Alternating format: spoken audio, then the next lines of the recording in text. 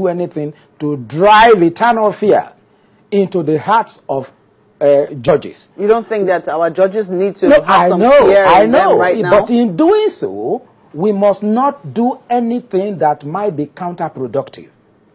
You see, you do the right thing the wrong way is not proper. Who does not know, for example, that the judiciary is stinking? Who does not know that we need some iron hand to rectify some of the abnormalities, some of the, noisome acts on the part of judges in this country? Who doesn't know that? Whether you are a layman or a lawyer, you should know. But the problem is, don't do the right thing the wrong way. Don't, in this particular case, the NJC is trying to play to the gallery simplicity. They're trying to play to the gallery. The judiciary is reeking with corruption, and something must be done, and we must be seen to be doing something about it. We want to be applauded by the public as doing something. That's all it amounts to. So otherwise, they did not look into what this man did at all in the exercise of his, which they said he didn't exercise judicially and judiciously. That's very wrong. Because based on the law that we read out, and the intervention of this other concept of plea bargaining, there is no way you can find any fault with this judge. But, some people, you say that you do not see as immoral the fact that the judge did not even serve maximum sentence under Section 309. Yeah, Section 309 was the one that he tried this case on, right? You do not so while this matter was going on, the whole question of plea bargaining came. While he was trying this case, on the basis should the judge have allowed plea bargaining? When plea bargaining came, definitely, naturally, everything must change. Everything must be reduced. The sentence, whether penalty, whether imprisonment or fine, must change. Should the judge agree to sit on that kind of case? Why not? Because plea bargaining is everywhere in this country, in Poland, in the United States, in the UK, in France. Plea bargaining right. The only problem is when you introduce the Nigerian factor into anything, there is a problem. Otherwise, plea bargaining, there is a connivance kind of, the prosecutors and the defendant and maybe some other people may be in cahoots with themselves.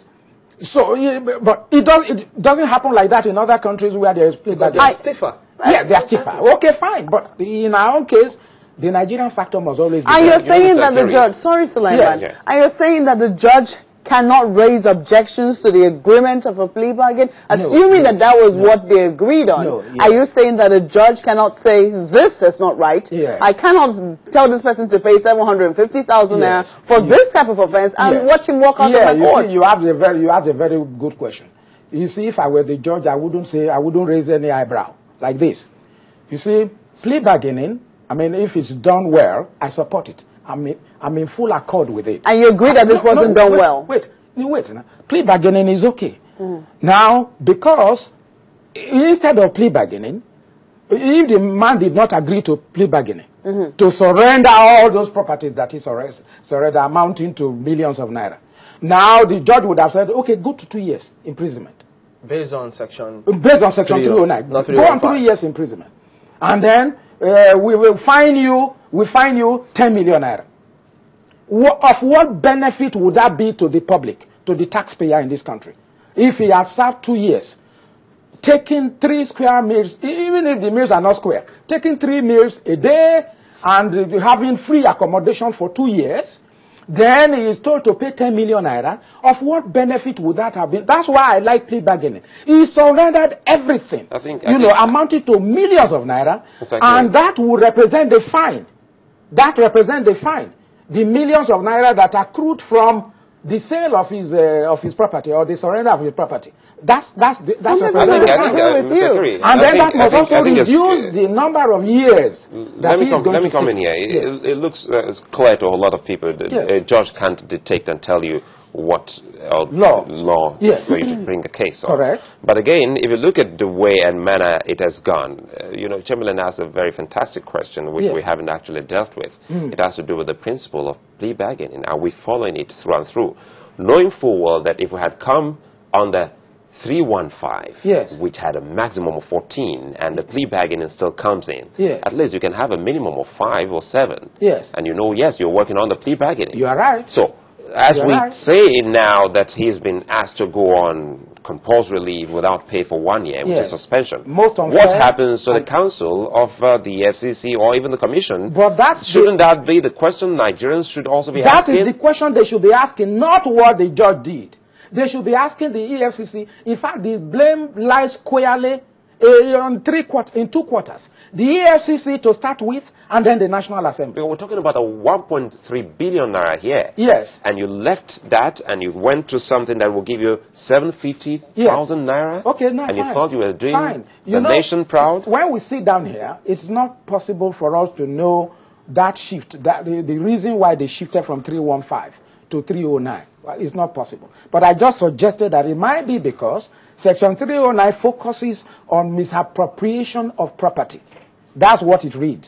While Section 309 talks about money. The property is not the money. Well, no, but it doesn't say that there. Because that might very well be, that must have been pleaded before the judge that, no, you can't bring this case under this one, so we want to withdraw it. It depends on the... Couldn't that have been the plea bargaining? Eh? That's what I'm saying. Couldn't that have been the plea bargaining agreement? We don't know. But we don't know that... but I told you that it would be wrong for a judge or for the prosecutor to say, I'm moving away from that which will secure maximum penalty to a section that will give, a pat on the back and go away. Nobody would have done that. I'm sure there must have been, but isn't that what the plea bargaining did at the end of the day? I beg your pardon? Isn't that what the plea bargaining did at the end of the day? No, it's not like because that. Because you say that maximum sentence cannot be granted. Let's get it straight. You see, that movement away from 315 couldn't have been part of the free bargaining. They moved away from that for certain reasons. Yes, they moved away from that one for certain reasons, some of which I suggested to you already, to 309 because the one is talking of misappropriation, so that has nothing to do with money. And this one is talking principally of misappropriation of money. So they now move to this one. Now, which is that? Now, so pre-bargaining came in only when the substantive matter came under Section 309 of the Penal Code. Let's take a moment for the headline news.